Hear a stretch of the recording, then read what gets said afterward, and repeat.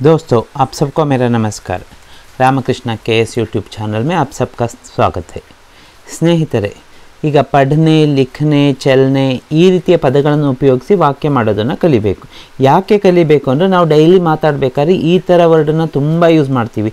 ನಾನು ಓದಲು ಹೋಗ್ತಿದ್ದೀನಿ, ಬರೆಯಲು ಕಲ್ತಿದ್ದೀನಿ, ಇದೆಲ್ಲ ನಾವು ಮಾತಾಡಬೇಕಾದ್ರೆ ಜಸ್ಟ್ ಈ ವರ್ಡ್ ಗೊತ್ತಾದರೆ ಸಾಕು. ಅಂದರೆ ಆ ವರ್ಬ್ದ ಮೀನಿಂಗ್ ಗೊತ್ತಿದ್ದರೆ ಯು ಕ್ಯಾನ್ ಯೂಸ್ ಇಟ್.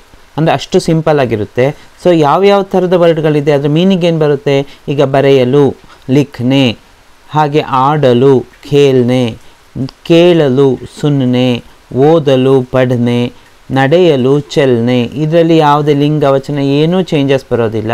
ಹಾಗಾಗಿ ಇದ್ರ ಜೊತೆ ಏನೂ ಆ್ಯಡ್ ಮಾಡೋದು ಬೇಕಿರೋದಿಲ್ಲ, ಡೈರೆಕ್ಟಾಗಿ ಯೂಸ್ ಮಾಡ್ಬೋದು. ನಾನು ತರಕಾರಿ ಖರೀದಿಸಲು ಮಾರುಕಟ್ಟೆಗೆ ಹೋಗುತ್ತೇನೆ. ಹೇಗೆ ಮಾಡಬೇಕು? ಮೈ ಸಬ್ಜಿ ಖರೀದನೆ ಬಾಜಾರ್ ಜಾತಾ ಹೂँ. ಅಲ್ಲಿ ಖರೀದನೆ ಕೇಳಿ ಅಂತ ಏನೂ ಬೇಕಾಗೋದಿಲ್ಲ, ಡೈರೆಕ್ಟಾಗಿ ಏನು ಹಾಕಿ ಸಬ್ಜಿ ಖರೀದನೆ ಬಾಜಾರ್ ಜಾತಾ ಹೂँ. ಖರೀದಿಸಲು ಅಂದರೆ ಖರೀದನೆ ಮಾಡಿದರೆ ಮುಗಿದು ಹೋಯಿತು. Very simple. ಸೊ ಹಾಗೆ ನಾವು ಮಾಡಬೇಕಾಗುತ್ತೆ. ಇದನ್ನು ಕ್ವೆಶ್ಚನ್ನು ಮಾಡ್ಬೋದು. ತುಮ್ ಕ್ಯಾ ಖರೀದನೆ ಬಾಜಾರ್ ಜಾತೆ ಹೋ? ನೀನು ಏನು ಖರೀದಿಸಲು? ತುಮ್ ಕ್ಯಾ ಖರೀದನೆ ಅಲ್ವಾ? ಹಾಗೆ ನಾವು ಸಿನಿಮಾ ನೋಡಲು ಹೋಗುತ್ತಿದ್ದೇವೆ ಹೇಳಬೇಕು. ಹಮ್ ಸಿನೆಮಾ ದೇಖ್ನೆ, ನೋಡಲು ದೇಖ್ನೆ, ಹೋಗುತ್ತಿದ್ದೇವೆ ಜಾ ರಹೆ ಹೇ ಅಂದರೆ ನೋಡಲು ದೇಖ್ನೆ. ಅದನ್ನು ನೆನ್ಪಿಟ್ಕೊಂಡ್ರೆ ಯಾವ ಥರದ ಸೆಂಟೆನ್ಸಿಗೂ ಯೂಸ್ ಆಗುತ್ತೆ. ಆಪ್ ಕ್ಯಾ ದೇಖ್ನೆ ಜಾ ರಹೆ ಹೇ? ಪ್ರಶ್ನೆ ಕೇಳಿ, ಅವಾಗ ಆನ್ಸರ್ ಏನು ಹೇಳಬೇಕು? ಹಮ್ ಸಿನಿಮಾ ದೇಖ್ನೆ ಜಾ ರಹೆ ಹೇ. ಹಮ್ ಸಿನಿಮಾ ದೇಖ್ನೆ. ನೀನು ಸ್ನೇಹಿತನನ್ನು ಭೇಟಿಯಾಗಲು ಇಲ್ಲಿ ಬಂದಿರುವೆ.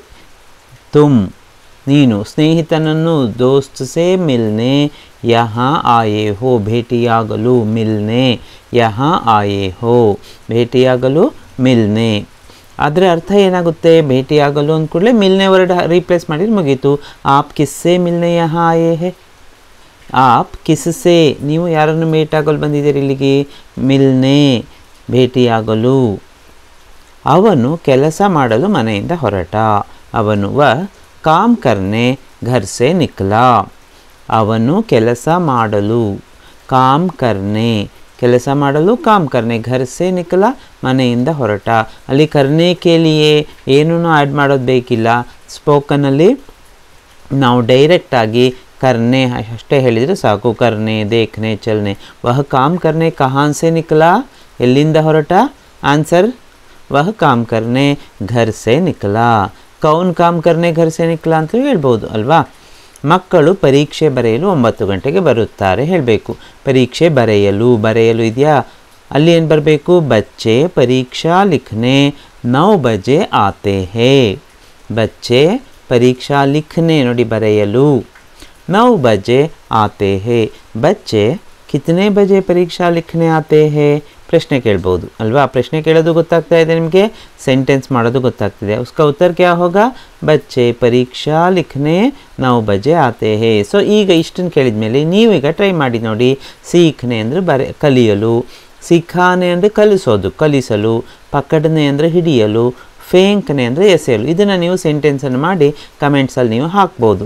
ಸೀಖನೆ ಈಗ ಕಲಿಯಲು, ನಾನು ಹಿಂದಿ ಕಲಿಯಲು ಹೋಗುತ್ತಿದ್ದೇನೆ ಹೇಳಬೇಕಾ?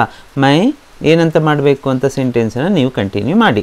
ಹಾಗೆ ಸಿಖಾನೆ ನಮಗೆ ಹಿಂದಿ ಕಲಿಸಲು ಯಾರು ಬರುತ್ತಾರೆ ಹೇಳಬೇಕು. ಅಲ್ಲಿ ನೀವು ಸೆಂಟೆನ್ಸ್ ಮಾಡಿ ಹೇಳಿ. ಓಕೆ, ಸೊ ಈ ವಿಡಿಯೋ ನೀನು ನೋಡಿದ್ದಕ್ಕೆ ಧನ್ಯವಾದಗಳು.